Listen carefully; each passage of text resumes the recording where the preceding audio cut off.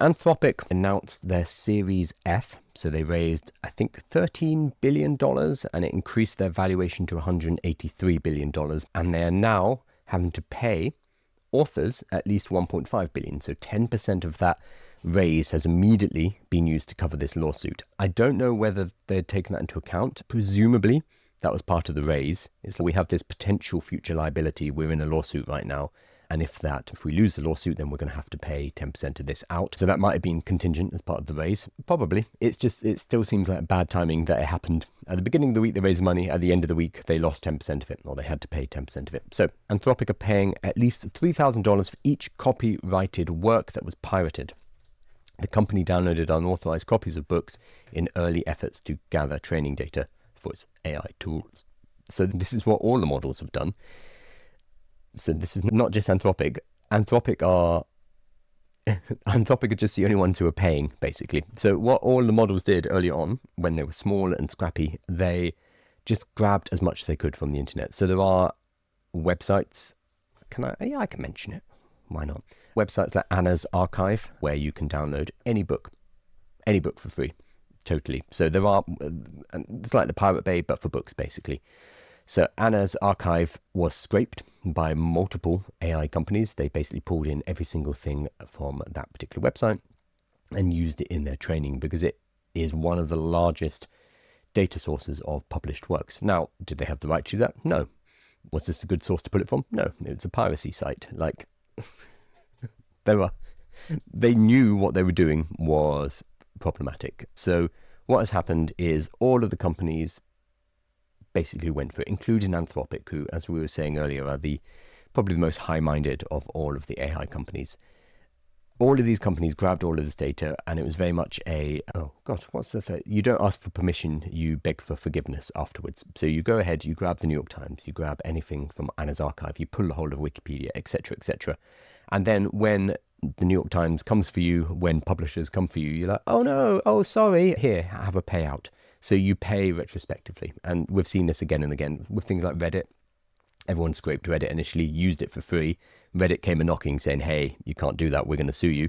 And then licensing deals were worked out. That's exactly what's happening with the New York Times right now, that deals were cut. So New York Times and Amazon and Anthropic, because they're connected, cut a deal to use the New York Times licensed material.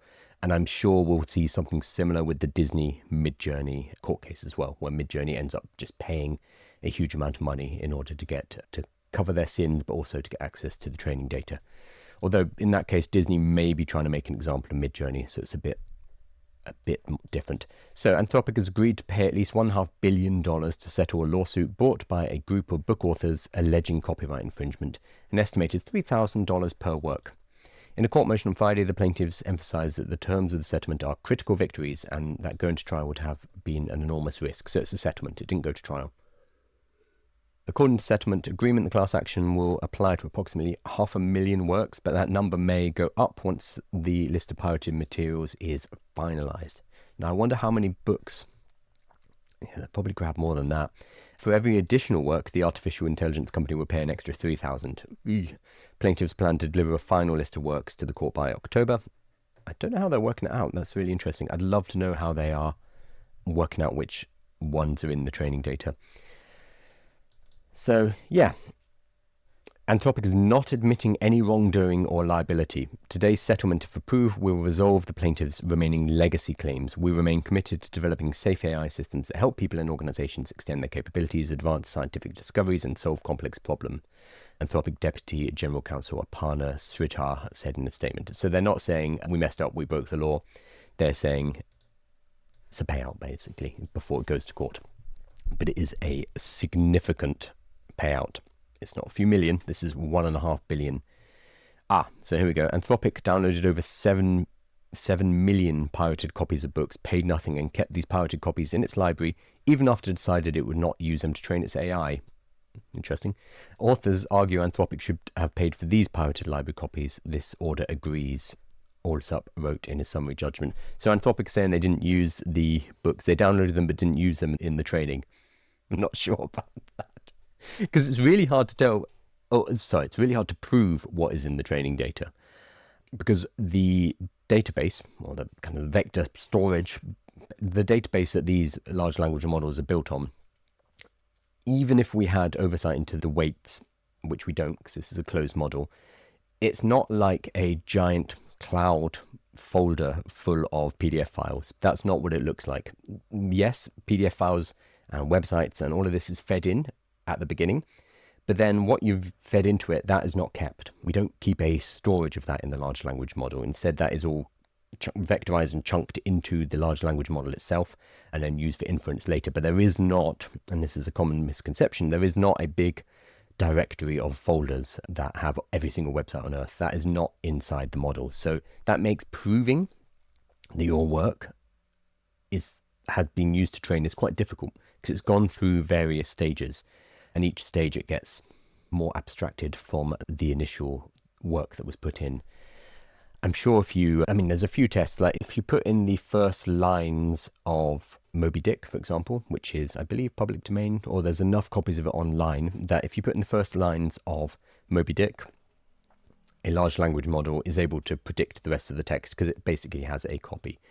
It's still predicting, but it can do it very well because it has so many different sources of Moby Dick within its training that it basically knows the text. So even if it doesn't have a file, which is mobydick.txt, sitting inside of its database, which it does not, it still has the weights in sufficient kind of numbers to be able to recreate that text basically verbatim. Same with most Wikipedia articles as well. If you start to put in the beginning of a Wikipedia article inside of a large language model, not inside a chatbot because they have layers of guardrails, but inside the actual large language model itself, it will be able to predict the rest of the article because of the way it's been trained.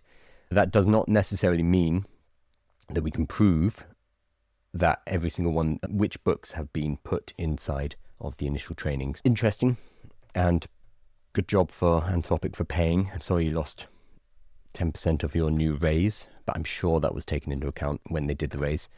And it also is going to set a precedent for other payouts. And the fact that it's Anthropic who's one of the first ones to pay up in such a large amount is not that surprising because they are, as we've mentioned before, they're the ones who are on the forefront of kind of responsible artificial intelligence. I think getting some kind of payment like this from Elon Musk and Grok would be very difficult. It's probably why the lawsuit was up against Anthropic. It's a better chance of a payout.